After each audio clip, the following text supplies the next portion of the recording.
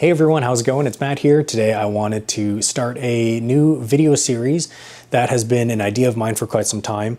I basically wanted to go through some of my PRS gear and make a series of videos that are more just candid, opinion-based videos, not technical reviews or analysis or anything like that. So I gave it some thought and I want to name this video series My Opinion on insert whatever item we're talking about. Because that way it's quite obvious to anyone who sees the video title that it's not a technical review. It's just my opinion, which is exactly what I want it to be. I frequently get asked questions about the gear that I run, how I like it, how it's working for me and all that stuff. So instead of typing my response to multiple people, I figured this will be a nice way to just sort of have like a catalog of my opinions on specific gear items for those people who follow and care to look at. And it'll help, again, the clutter in my inbox and all that stuff. Also keep in mind, I'm just one competitor. These opinions are solely my own. I don't speak for anyone else, and I'm not anyone particularly special. And also, all these gear items I have used what I would consider extensively for quite some time at least. So I've developed a lot of opinions on the gear that I run, obviously, and this is what I want to cover in this video series. But most of these, or all these gear items that are going to land on this video series, are going to be generally positive videos because I don't run any gear item for an extended amount of time if I don't feel like I can perform at my very best with it. So I am sponsored by a few different companies and they'll sometimes send me stuff to try out and test and whatnot. But again, I won't ever actually use a gear item for a long time if I don't feel like I'm performing really well with it. So all these items, I'll also do my best to, if I remember anyway, I'll do my best to explain how I got the gear item, if it was given to me or if I purchased it or whatever, so there's full transparency in terms of, I guess, the relationship of me with the product or whatever I'm looking at, because I know that's important to some people, especially when it comes to sponsored shooters. So I'll do my best to try and remember to at least quickly mention that in that particular video. But you'll be surprised actually how much gear I run that I pay for fully out of pocket, even though again I am sponsored by a few different companies. I don't mind paying for products that I think will be really good for my PRS game. So anyway, in this first installment of the video series, I figured I'd start with these binoculars here from Apex. So I'll bring the camera in a little bit closer. And all these videos are going to be fairly plain, no fancy editing or anything like that, just more like tabletop talk about it type videos.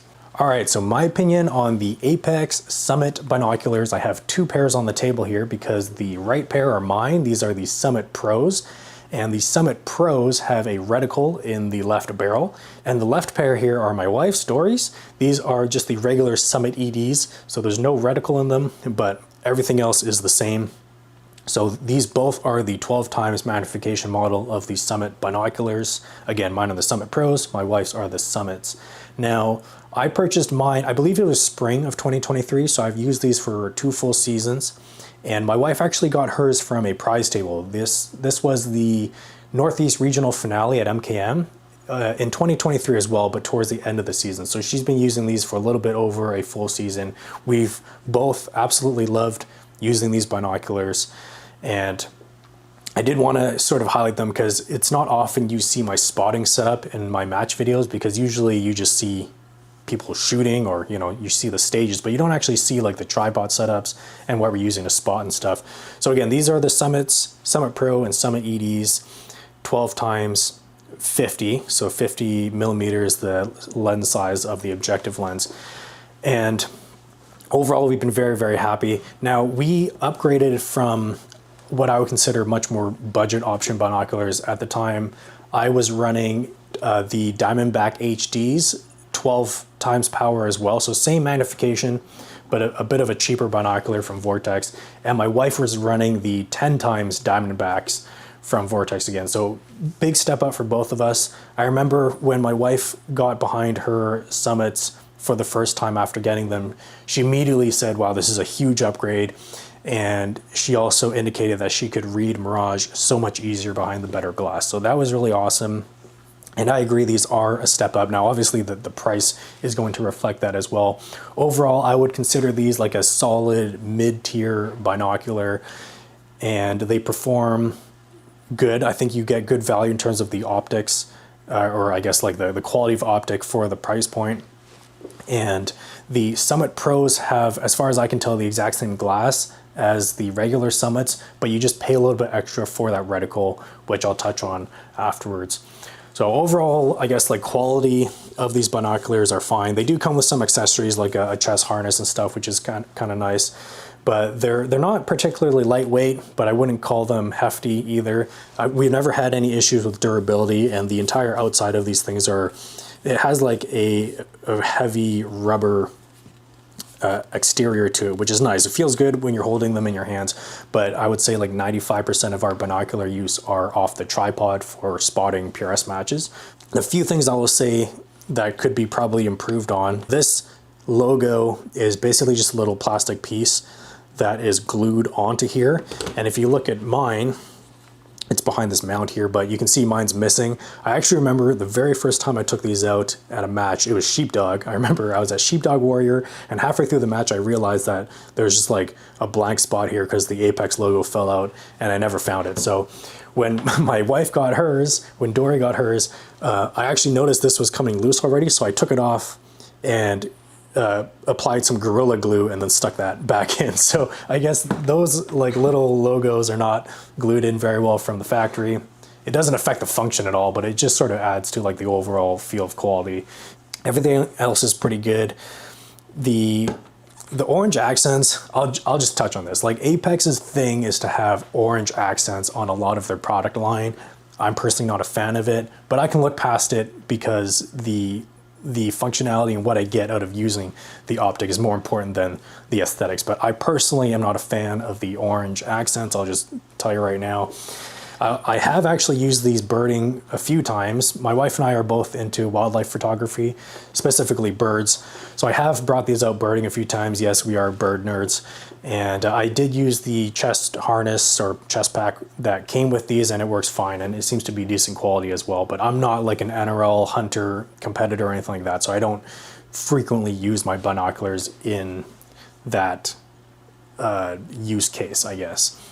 The focus wheel adjustment does feel nice. It is smooth. I think on mine, if I remember correctly, yeah, mine feels lighter than hers. I don't know if it's just because they're more broken in, but the tension through them, both of them feel nice and consistent. And you can see there's quite a bit of travel. So let's see, that's like half turn. So it's a little bit more than 1.5 rotations of adjustment. So you can really fine tune your focus at whatever image you're looking at really nice and easy, which I like a lot. It does have adjustable eye cups, as you would imagine. I shoot with glasses on, so my eye cups stay in the lowest position all the time, but Dory shoots with contacts, so I presume that she does use these eye cup adjustments. Let's see, there's 1, 2, 3, 4 positions for the eye cups, which is actually pretty sweet. A lot of the more budget binoculars will only have like 2 or 3. There is definitely some, I guess, backlash or movement in the eye cups in the intermediate positions, which doesn't affect its functionality, but it could be tighter for sure. Overall, the thing you care about most about binoculars is obviously the glass quality. And again, because this isn't going to be a technical review, I'm more or less just going to try and best describe how well the glass has worked for us. So as I mentioned before, my wife was immediately impressed coming from the Diamondbacks in terms of the clarity of glass and how easily she could read Mirage. And I would agree. I think the glass for these binoculars in the price range are really good value. They're nice and clear. These are, again, 12 times magnification. So I guess let me go on a small tangent in terms of magnification and use case. So I think 12 times magnification in binoculars are almost perfect for rimfire, and I'm only speaking PRS terms because that's all I shoot. But in terms of rimfire PRS matches out to 300, even 400 yards, 12 times magnification is absolutely perfect, and that's what I would personally recommend. If you're only shooting things like NRL 22 course of fire, like option 1 within 100 yards, I would say 12 times power might actually be a little bit much. I would recommend maybe a 10 times magnification. But for what we do, because most of the matches we shoot are PRS rimfire matches, which again go to let's say 300 yards or so, and this magnification range is just perfect for that. Now, we have been shooting, or I have been shooting a lot more center fire the past 2 seasons, and I have used my Summit Pros for center fire PRS spotting as well, and it is capable of doing it. However, I would say it's not quite ideal. I recently got a pair of 15x binoculars, and I much prefer that for center fire specifically. However, again, if you're a predominantly rimfire shooter, I think 15x power might be a bit much. All right, so going back to the discussion of the glass in these particular binoculars and how they work for us, the, I guess, sort of like inherent issue of things in this price point is you're always going to have some blurriness around the edge. So when you're using binocular, obviously the image is a circle, and the middle of that circle is almost always nice and clear. But how the binocular handles the outside blur around the edge of the image is something that is indicative of better or lower quality glass. So the Diamondback Tacticals Diamondback HDs that I came from, again, they were the 12x version, and those are pretty bad for like the outside edge blurriness. I would say like the outer 20% of the image was noticeably blurry, which wasn't great. And again, it's a circle, so if you get 20% on each side, it's like 40% of the image has blur to it, and it gets worse as it gets to the edge. I would say the Apex, again, being a more expensive binocular, it controls that blurriness around the edge better, but it's still apparent and present. I would say it probably cuts it to maybe 5 or 10% of the image towards the edge. But when I notice this the most is when I'm spotting like a stage with multiple targets, and the targets are in a slightly different direction. If I try and bracket those targets in the image of the binocular so that one target is on each side of the image, that's when I really notice that these are quite blurry. However, I would say for the vast majority of stages, it's not an issue, because usually what you're looking at or focusing on in the image is going to be in the center where it's nice and clear. But the edge blurriness is something that is definitely noticeable in the Apex, as well as anything else in this price point. It's just optics currently are just not good enough in this price range to control that perfectly. All right, so talking about the Summit Pros, as I mentioned before, what makes these the Pro model is they have a reticle in the left barrel. So when you're looking through the binoculars with both eyes, the left eye will pick up the reticle and sort of like superimpose it onto the entire image, which might feel a little bit weird when you're trying to get used to it, but it's totally fine and it works well. Now the reticle, take a look here, just make sure I'm not mistaken. Yeah, okay, so the reticle is indeed right in the middle of the image of the left barrel. However, the design of the reticle only extends to the left and downwards. So it's like this L shape, which leaves a lot of sterile space in the image. So you're not always having to look through the reticle if you don't want to. So I thought that was a smart design by Apex.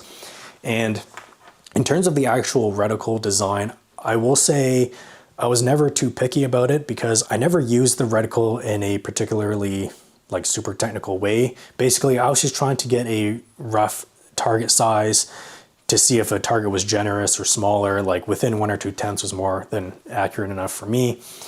And I would also use the reticle to calculate target mover speeds with my Kestrel, which it worked really well for that. But the like nitty gritty fine details of the reticle design, I was not very picky about, unlike my scopes, my rifle scopes. For this one, it was fine, it worked well, and it has enough markings where I could read it easily and get the measurements that I needed. I will also say that before getting these binoculars, I was really excited to get a pair with a reticle in them, because I had this idea in my mind that I was going to use them all the time and I was going to range every target and help me bracket wind and everything like that.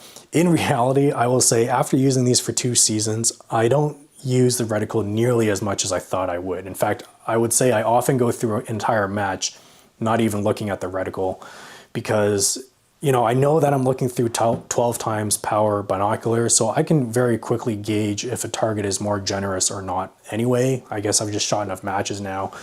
So these days, for myself personally, I don't know how important a reticle is in binoculars, but that is totally subjective to how you process and prepare for a stage. I would say If you give me two of the exact same binoculars, one with like a decent reticle in it and one without a reticle, I would still probably lean towards the one with the reticle just because might as well have it and not need it type of thing. But I don't generally use the reticle in the binoculars very often. So if you want to pay more over the Summits to get the Summit Pros with the reticle, only you can decide if that is worth the additional cost. I should also mention, talking about the reticle, that there is an adjustment on the left barrel. You can see there's this ring that rotates. That rotates the actual reticle inside the binoculars, which is really nice because depending on how far apart you need these, the reticle will rotate with the barrel. So to be able to rotate it back level to the horizon or to the image is great. However, there is one other issue with the reticle in the Summit Pros, and that is there is no, I guess, essentially diopter setting for the reticle. You cannot adjust the reticle focus with the image in the binoculars. So what ended up happening was some people really struggled to use the Summit Pros because after they set the regular diopter setting, which is on the right barrel to match with their eyes and everything, the reticle focus was out of focus compared to the image. So they would have to shift their left eye focus back between the image and the reticle to read it, which gave some people headaches and whatnot. So for me, it is pretty close. It is slightly out of focus when the image is in focus. I do have to bounce the focus of my eye very slightly. It's not even much, like I can still read it a little bit blurry if I had to, but it's not much of a big deal for me personally, and I can use it fine. But I wanted to mention that because I know for some people that was a huge literal headache using these, was that reticle focus or lack thereof. So if you're worried that might be an option, the only thing you can really do is to try and get a pair of Summit Pros in hand and play with it to see if the reticle is going to work for you. I know Apex came out with a new pair of binoculars, the 15 times power, recently. I think they came out with it last year, and they did add a diopter adjustment for the reticle in those binoculars, which is definitely a nice addition. But the Summit Pro 12 times does not have that, and it is a much cheaper binocular than the new 15 times power that they released. But I just wanted to mention that. All in all though, these binoculars have been great. Again, given the price point, I think these are really good value. The glass is good. You do get a little bit of blurriness around the edges as expected with this price point, but overall these are solid binoculars. That was my opinion on the Apex Summits. If you have any questions, I'll do my best to answer, but if not, we'll see you in the next installment of this video series. I think the next item I'm going to do is probably the Razor Gen 3.